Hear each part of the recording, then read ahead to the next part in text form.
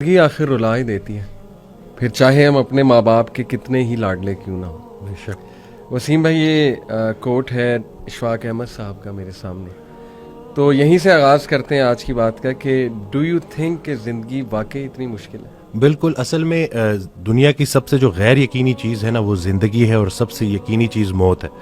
تو زندگی میں نا وہ ارادے ٹوٹتے ہیں اور آہستہ آہستہ غم آتے ہیں، اور آپ کو پتہ چلتا ہے کہ ٹھہرنا مشکل ہی ہے، لیکن جو اللہ کے ساتھ رجوع کر لیتے ہیں ان کو یہ بات سمجھ لگتی ہے کہ جانا تو ہم نے ہے، لیکن جانے سے پہلے کچھ کام تو کرنے ہیں نا۔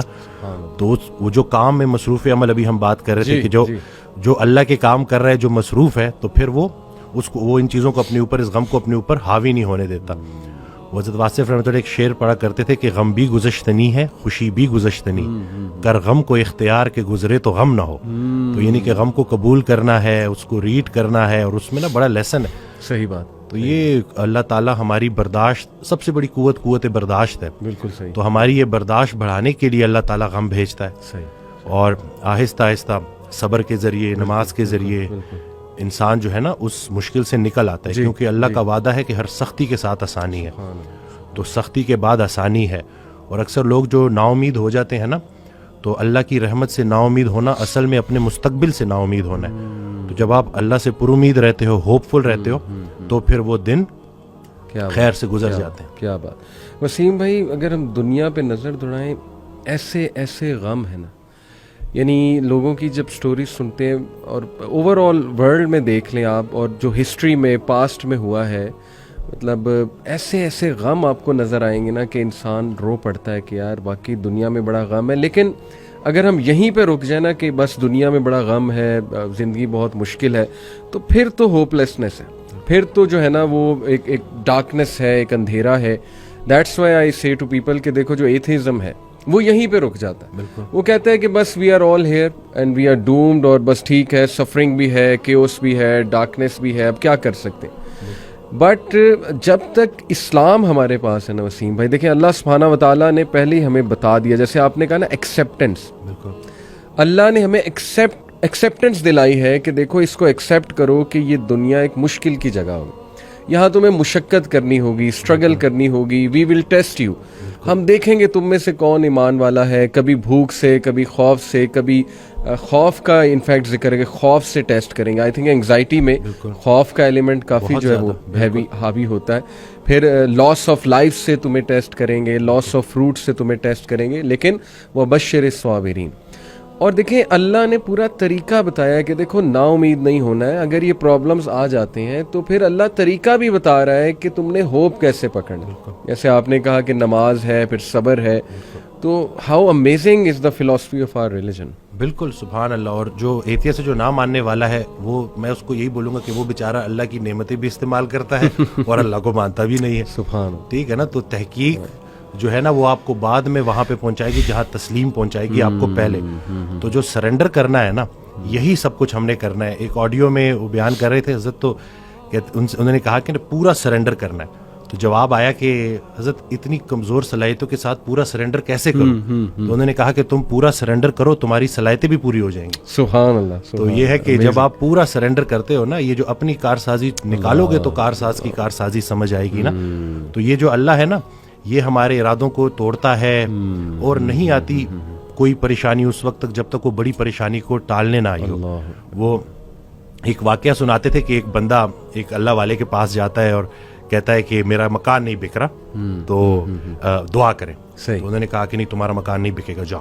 تو وہ بڑا پریشان ہوتا ہے، پھر دوبارہ جاتا ہے، کہتے ہیں کہ آپ دعا کریں، کہتے چلو میں دعا کر دیتا ہوں۔ وہ مکان بک جاتا ہے۔ تو وہ اس اللہ والے کے پاس جاتا ہے اور اس سے پوچھتا ہے کہ آپ جب میں پہلی دفعہ آیا تو آپ نے کہا کہ مکان نہیں بکے گا، صحیح، اور جب دوسری دفعہ آیا تو آپ نے کہا کہ بک جائے گا۔ تو کہتے ہیں کہ پہلی دفعہ جب تم آئے تھے تمہارا ماتھا روشن لگ رہا تھا، صحیح، تمہارے ماتھے پہ خوش قسمتی کے آثار تھے۔ سبحان۔ دوسری دفعہ جب تم آئے تو تمہارے ماتھے سے بدقسمتی کے آثار آ رہے تھے، کیونکہ بڑا بدقسمت ہے وہ انسان جس کی زندگی میں اس کا گھر بک جائے۔ تو جو چیز تم اپنے لیے پسند کر رہے ہو، جس چیز پہ تم جشن منا رہے ہو، وہ اصل میں تمہارے استغفر اللہ کا مقام ہے، جس کو تم الحمدللہ کہہ رہے ہو۔ صحیح۔ انسان جو ہے نا وہ جلد باز ہے، جلد باز ہے، وہ کہتا ہے کہ بس میرے اللہ کو اپنے مطابق چلانا چاہتا ہے۔ صحیح بات۔ اور اللہ نے ہمارے لیے کتنی خیر رکھی ہوئی ہے, کتنی آسانی رکھی ہوئی ہے, ہمیں خوش کرنے کے لیے اللہ کے پاس اتنا کچھ ہے, لیکن ہم جلد بازی میں اور نا امیدی میں اس سے محروم ہو جاتے ہیں. اور شیطان جو ہے نا وہ ہماری رگوں میں خون کی طرح دوڑتا ہے. صحیح. تو اس کا طریقہ واردات ہے ہی یہ وسوسہ دینا. وسوسہ جو ہے نا وہ ایمان کی نفی ہے, اور یقین جو ہے نا وہ وسوسے کو نفی کرتا ہے. کیا بات. تو ہم نے یقین کو پختہ کرنا ہے. یقین نور ہے, شک اندھیرا ہے. تو اسی طرح سے یہ وسوسے کے اوپر سوال کیا گیا تو حضرت کہتے ہیں کہ میرا اللہ پہ یقین بے گماں ہے جو علم بن گیا. تم بھی وہ یقین پیدا کر لو, تمہیں بھی علم مل جائے گا. زبردست. تو یہ جو شک ہے نا وسوسہ, یہ آج کل بڑا کامن ہے کہ یہ لوگ اسی وجہ سے نا اندھیروں میں ہیں. جی جی, تو شک کی وجہ سے. بالکل. اچھا, یہ آپ نے جو بات کی نا کہ انسان جلد باز ہے, اس میں مجھے قرآن کی ایک آیت بھی یاد ہے. اللہ سبحانہ و تعالیٰ نے انسان کی نیچر بتائی ہے.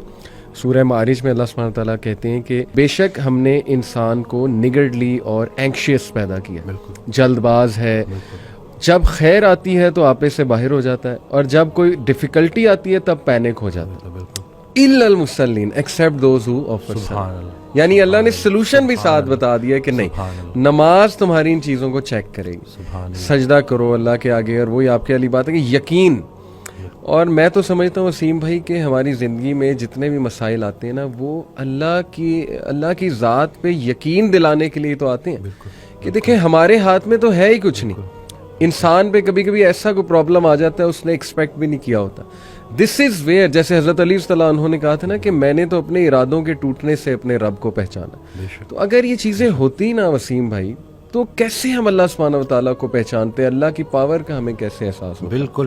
اشفاق احمد صاحب کی بات سے آپ نے سٹارٹ کیا تھا تو مجھے ایک واقعہ یاد آ گیا کہ ایک شخص ان کے پاس گیا اور کہا کہ اشفاق صاحب کوئی زندگی آسان کرنے کی ٹپ دے دیں. تو انہوں نے کہا میں تمہیں موت آسان کرنے کی ٹپ نہ دوں. تو کہتے ہیں چلے وہی دے دیں. کہتے ہیں اگر تم اپنی موت آسان کرنا چاہتے ہو تو جاؤ کسی کی زندگی آسان کر دو. اللہ. تو جو اللہ کا کام کرنے والے ہوتے ہیں وہ گلہ نہیں کرتے, وہ شکر کرتے ہیں اور لوگوں کے کام آتے ہیں. وہ سارے کام جو ہے نا وہ اللہ پہ نہیں ڈالنے, اللہ کے بہت سارے کام ہیں جو ہم نے کرنے ہیں. اور دوسرا یہ کہ خواہشات, یہ جو دنیاوی خواہشات ہیں, یہ جو فانی چیزوں کی محبت ہے, آپ کو جیتے جی فانی کر دیتی ہیں. اور یہ جتنا کچھ بھی ہے نا وہ ایک شعر ہے کہ تیرے سوا کروں پسند کیا تیری کائنات میں, دونوں جہاں کی نعمتیں قیمت بندگی نہیں.